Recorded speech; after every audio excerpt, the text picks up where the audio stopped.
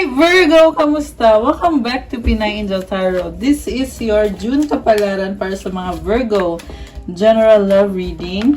So, maaaring mag-resonate o hindi. Pero pag nag-resonate, i-comment nyo para alam ko. Tingnan natin ang messages connected sa'yo sa love life mo, kung anong nararamdaman ng taong mahal mo at kung ano man ang paparating. Comment present para alam kong nanonood kayo. At kung kailangan nyo ng gabay, pwede kayo mag-book ng private reading services ko. Message lang kayo sa Facebook page ko, Pinay Angel Tarot, or sa Viber or sa WhatsApp para mas mabilis. Na sa description box po yung contact details ko. So, simulan na tayo sa reading natin, guys. Huwag natin patagalin, Virgo.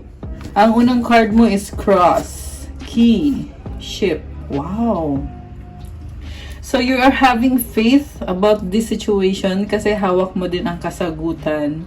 And there is movement. So, maayos mo rin at matatapos mo din ito, Virgo. Just have faith. Gawin mo kung anong kailangan mong gawin.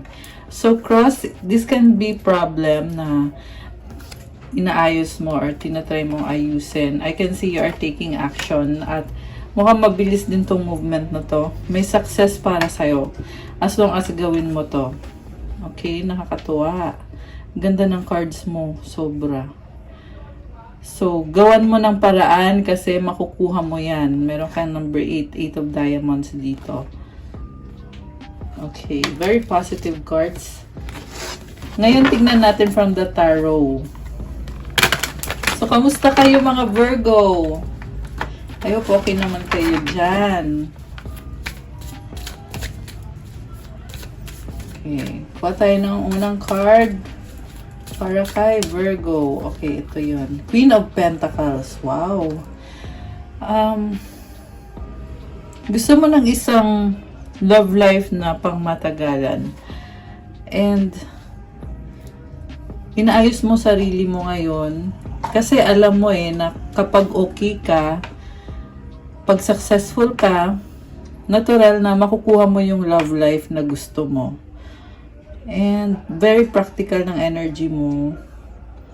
Parang I feel like china-challenge mo yung sarili mo na kailangan mong maging successful para maging successful din yung love life mo. Oh, 10 of Swords. Napapagod ka. Mukhang napipressure ka sa mga responsibilidad mo sa buhay. At the same time, may nakita ko dito na mukhang merong project na magtatapos at magdadala ng bagong opportunity. Excited ka sa bagong simula. Wow, may nagbago sa'yo. Lalo kang nagiging strong, lalo kang lumilevel up. And pinaghirapan mo to para mag-reach mo yan. Mukhang ini-enjoy mo ngayon yung buhay mo. Okay, kuha tayo ng next card. Ito, sumisilip tong card na to. Tanggalin natin. The Moon. Ngayon nakikita ko gusto mo mag-isa. Bakit? Knight of Swords.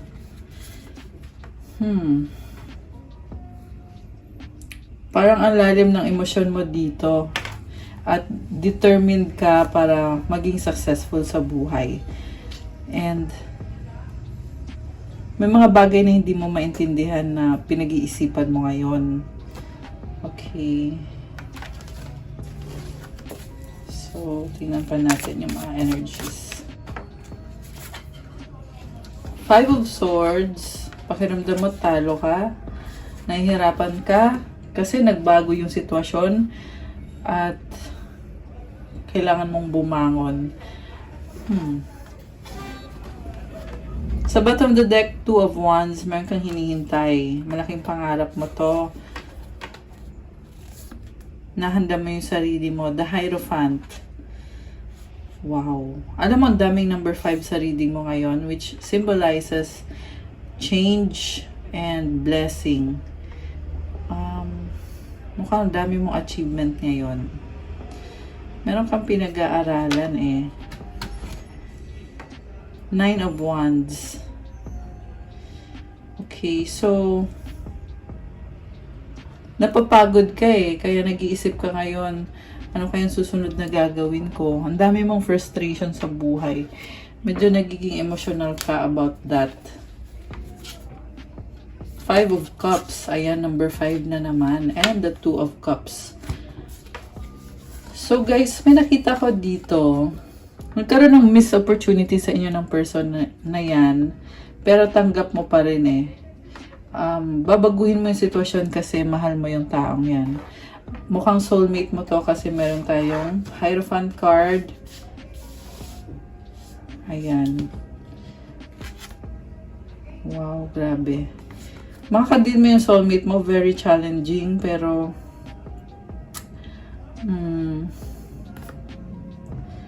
ang daming blessing na dinala ng taong yan sa buhay mo. Or ikaw sa kanya, or pareho kayo. Binibless niyo yung isa't isa. Okay. So, bakit parang napakalaki ng pagbabago na to na nangyayari sa buhay ni Virgo? Ten of Cups. Uy, family or happiness, wish fulfillment. So, the reason na mayroong pagbabago is because malapit sa puso mo yan eh. Parang, yan yung support system mo na through thick or thin, talagang andyan para sa'yo. Yung taong yan. Okay, one more. Six of Cups. May mga memories. This is about family, love. May na-feel din ako dito na soulmate na parang malapit ang loob mo sa taong yan kasi naging parte siya ng past life mo na hindi mo maipaliwanag pero nafe-feel mo na komportable ka sa taong yan. King of Cups. Okay. So, ito na nga, parang hindi mo maintindihan bakit ganito kalalim yung nararamdaman ko sa taong yan. Masaya ka sa kanya. And, mahal mo siya. Ayun. Knight of Cups. Wow, romance. Alam mo, Virgo, very full of emotions ka ngayon. Puro cups na cards yung lumabas. It symbolizes love, emotions, intuition. Full of romance din to. So, may mga bagay na hindi mo maintindihan pero dead ka lang eh. Parang pinipili mo yung puso mo over the mind or the brain. Okay, bakit? Ano bang problema dito? Bakit kailangan piliin ng puso? So, Three of Pentacles and the Page of Pentacles. Merong partnership, merong pag-aaral, mahiyain ka eh. The World card. Okay, merong achievement or endings and new beginnings. Oh, okay. May nagbago sa'yo dahil sa taong yan. Queen of Swords. Pinag-aaralan mo. Sa bottom of the deck, the Tower. Stepping out of your comfort zone, justice, balance, and harmony. Two of Swords. So, andun yung natatakot ka, pero ilalaban mo pa rin. Kasi gusto mo. Okay. So, i-clarify natin guys.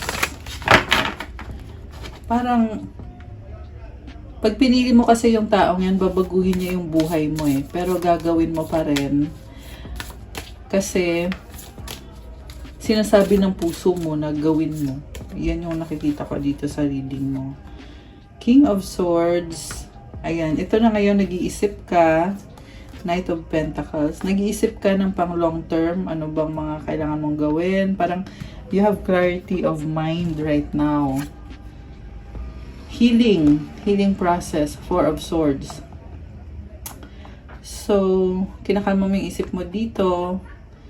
Andun pa rin yung feeling na gusto mo mag-isa ka, na ayaw mo munang makipag-usap sa ibang tao, ayaw mo sabihin yung mga iniisip mo, pinaplano mo.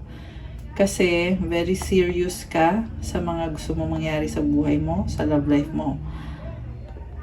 Kaya, pinaprocess mo yung mga bagay-bagay kahit kailangan na mag-isa ka muna. Okay. So, ang laki ng binago sa'yo. Uy, tumalang. Page of Wands, ayun na nga, bagong-bago yung energy mo. May achievement. Ten of Pentacles. Legacy, parang nagkakaroon ka ng more stability ngayon. Very independent ka kasi. Kaya yung pagsihirap mo or yung pagsisikap mo sa career mo, ganun din naman sa love life mo, mag-i-improve yan. So, Six of Swords moving towards calmer waters. Kung dati, nagkaroon kayo ng disagreement, ngayon iniisip mo dito, bagong tao na ako. Hindi ko na papatulan yung mga maliliit na bagay kasi okay na ako. Move on na ako. Kung saan, marami pang pwedeng mangyari sa amin ng taong to. Ayan, may rainbow na dito. So, bagong simula na yan at bagong opportunities. So, nasaan naman yung person na ka-deal ni Virgo? Ano ang energy ng person ni Virgo? Tumalikod, 8 of Cups. Marami din ibang opportunity sa kanya eh. So, posibleng umalis, nag-travel, nagpakalayo-layo. Pero may feeling ako na may kapit pa rin siya sa'yo. Ace of Wands. Takot siyang lumayo sa'yo eh. Ayan. Parang somehow, naging codependent siya sa'yo. Parang nasanay na din siya sa'yo. Na pag wala ka, nahihirapan siya. Although, sa totoo lang kaya naman niya, pero syempre mas gusto niya andyan ka. 8 of Wands, merong communication or travel. Oh wow. 4 of Wands. So, may pag-uusap about sa relationship or sa commitment. The Hermit, pinag-aaralan nyo. Maingat din tong person mo eh. Gusto din niyang siguraduhin na stable talaga yung connection nyo, na mag-enjoy kayo, nakasama ang isa't isa at nagkakasundo. Masaya, balanse. Okay, ano pang feelings ng person ni Virgo? Ayan, may Ace of Pentacles sa bottom of the deck. It symbolizes new beginning. 3 of Wands. 7 of Pentacles. So, may nakita ko dito naghihintay. Naghihintay, workaholic. Kaya gusto mapag-isa. Pero ang hirap din mag-isa. Okay. So, feeling ko ikaw yun eh. Yung gustong mag-isa at the same time, nahihirapan ka. So, tingnan ko muna yun sa feelings ng person ni Virgo. Anong feelings ng person ni Virgo? Sun! Wow! Happiness, positivity, 8 of Pentacles. Waiting. Alam mo yung person mo, ang dami niyang ginagawa, pero ikaw yung nasa isip niya. Parang inspiration ka niya sa trabaho niya. The Magician, minamanifest ka nitong taong to. Sabi dito, ready na siya. Ready na siya para sa'yo. Medyo manipulative yung nakita ko dito. Hindi niya sinasabi sa'yo lahat. Ayaw niya magkaroon ng conflict. Oh, bakit kaya? 9 of Pentacles. Kasi, kaya niya manipulate kasi feeling niya kailangan pa niyang magtrabaho. Parang nakita ko mirroring kayo eh. Kanina lumabas sa cards mo na gusto mo ayusin yung sarili mo para maging successful yung love life mo. Ngayon, ganun din yung sa person mo. May mga problems din sa trabaho niya, pero masaya siya, inspiration ka niya. Okay? And may time na gusto niyang mag-focus lang talaga, kaya siguro hindi ka niya masyadong May time na nag-uusap kayo, okay yung communication, lalo na pag tungkol sa commitment ninyo, okay na okay. Minsan naman, ayaw niya makipag-usap kasi gusto niya mag-focus. Okay.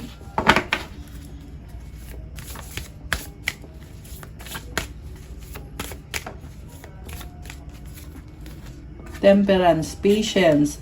Balang araw, ma-achieve nyo din lahat ng mga pinapangarap nyo. Take it one step at a time. Pero meron dito na iinip na, nababurden. So, parang napipressure na feeling nyo, ang hirap-hirap naman ito. Okay. Anong outcome dito? Anong outcome? Mukhang ang dami mo rin pinagkakabisihan. Multitasking. Page of Swords. Seven of Cups. The Star. Wow. So, sa ngayon, nagre-research o nag-aaral. Maraming impormasyon na tinitingnan. Maraming options. And, ginagamit mo yung mga impormasyon na yan na gabay sa kung ano man yung kailangan mong gawin. Nakikita mo na yung future mo dito eh. Mukhang nagmamanifest ka, alam mo na ma-achieve mo yung happiness na gusto mo. Okay. Mayroon ding feeling dito na parang gusto mo lang mag-isip-isip. May mga problems din na nakikita mo. Pero more on positive. Kasi star yung nasa dulo na card. Okay. Magiging maayos ba si Virgo at yung person niya? Tingnan natin. Yes! Six of Wands. Wow! Wheel of Fortune. Alam mo, merong turn of events dito na maaaring hindi mo ina-expect. Pero magiging better, mag-i-improve yan. May nakita akong success, victory, fame, fortune. Ayan, oh, Wheel of Fortune. Swerte. Pagbabago, meron din. Wow, new beginning. Overflowing emotions, excitement. Ayan, may heart dito, oh. So, napakagandang pagbabago. Yung iba sa inyo, guys, hinintay nyo tong pagbabago na to. Ngayon, nangyayari na siya para sa'yo. I feel like this is a good month for you to achieve many things, Virgo. Level up ka. Meron ka mga natututunan, na-encounter ng mga experience ngayon na akala mo dati hindi yan mangyayari sa'yo, pero nangyayari siya ngayon. Ayan, Ace of Pentacles. Again, new beginning and upgrade. Ayan, level up ka na. Okay, one more. One more card. Ayun, tumalon. Okay, Three of Wands and the Nine of Swords. Waiting. Hanging. Okay, so hindi pa rin maalis dito yung pagiging hardworking mo. Stuck ka sa trabaho. Merong iba dito, guys, na napapagod na si stress. Natutoxican, nabibigatan. Baka may kasama kayong toxic.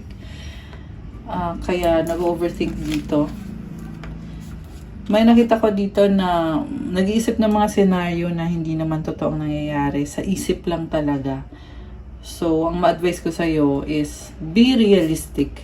Kasi minsan, guys, yung iniisip mo, hindi naman talaga nangyayari sa totoong buhay. Kaya nagiging anxiety siya. 'Di ba? Yung iba nagkaka-depression, nagkaka-insomnia, kakaisip, nasi-stress. Pero ang totoo niyan, yung isip mo lang talaga nagki-create ng negativity. So, you need to ignore yung mga negativity. Huwag mo i-entertain. Kasi the more na ini-entertain mo, the more siya na nagiging totoo. So, be careful sa mga iniisip mo. Okay? Sa totoo lang, maganda naman yung cards eh. Maganda yung energy mo. May time lang na pag mag-isa ka, nag-iisip ka ng hindi maganda. Kaya, alam mo yung feeling na okay na, pero gumulo pa dahil din sa mga iniisip. So, ganun talaga.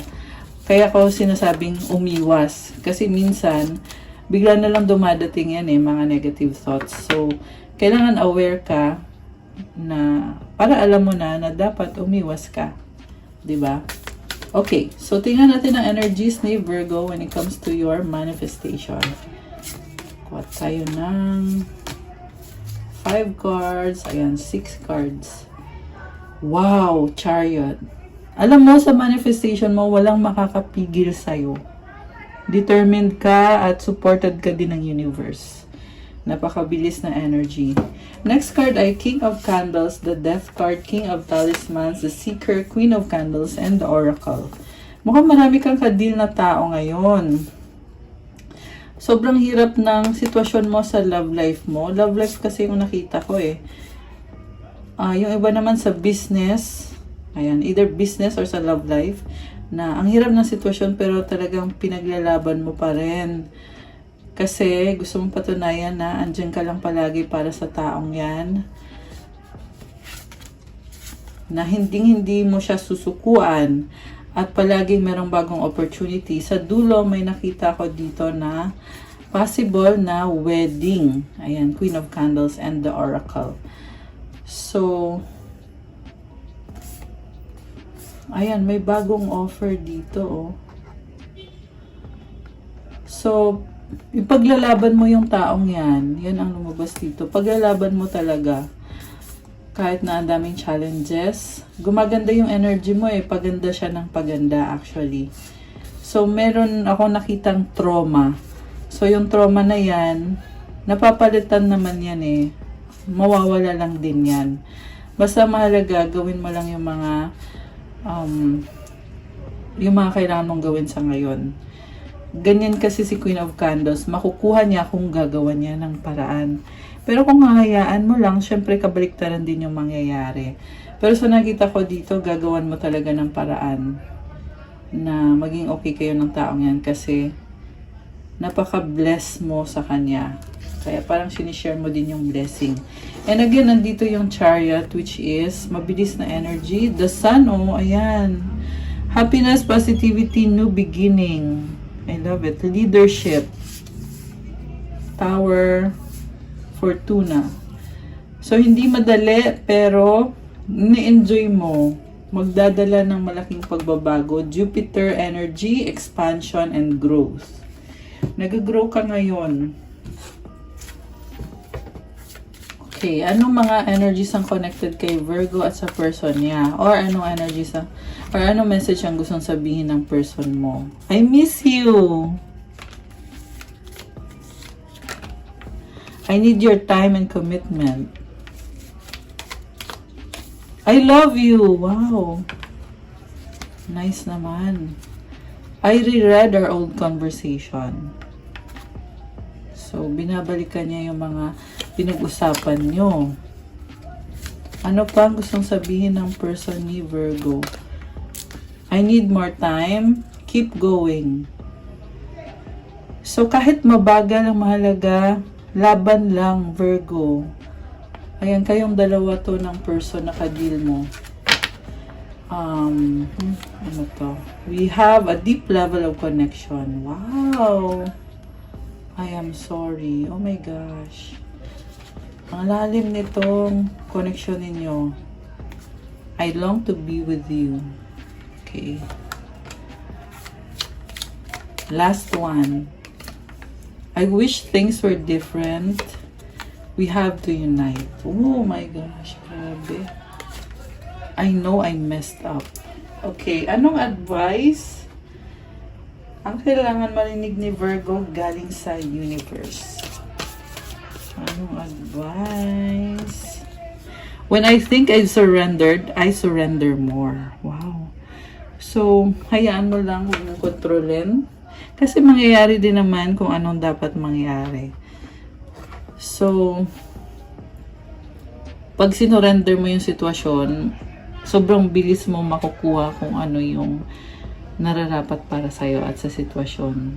Blessed ka talaga, Virgo. Ayan. Okay, guys. Sorry for you, Virgo, para sa yung June kapalaran. Thank you for watching. Please like the video. And kung bago kayo, please subscribe para updated kayo anytime na may bagong video dito sa channel na to. And hit the notification bell. Kung nag-resonate kayo at kailangan nyo ng more information, pwede kayo mag-book ng private reading message lang kayo sa Facebook page ko, Pinay Angel Tarot, or sa Viber or sa WhatsApp para mas mabilis. Nasa description box po yung contact details ko. And for those na gusto magsimula ng crystals journey ninyo, meron po tayong mga crystals na crystal bracelets na pwede nyong isuot. Merong for attract love, attract money, wealth, prosperity, abundance, focus, motivation, manifestation, mental clarity, negotiation, communication, vitality, good health, at marami pa pong iba, guys. So, tingnan nyo na lang po sa Instagram ko. Thank you so much, Virgo! Have a good day. God bless you. I'll stay safe and I'll see you again soon. Love you guys. Bye!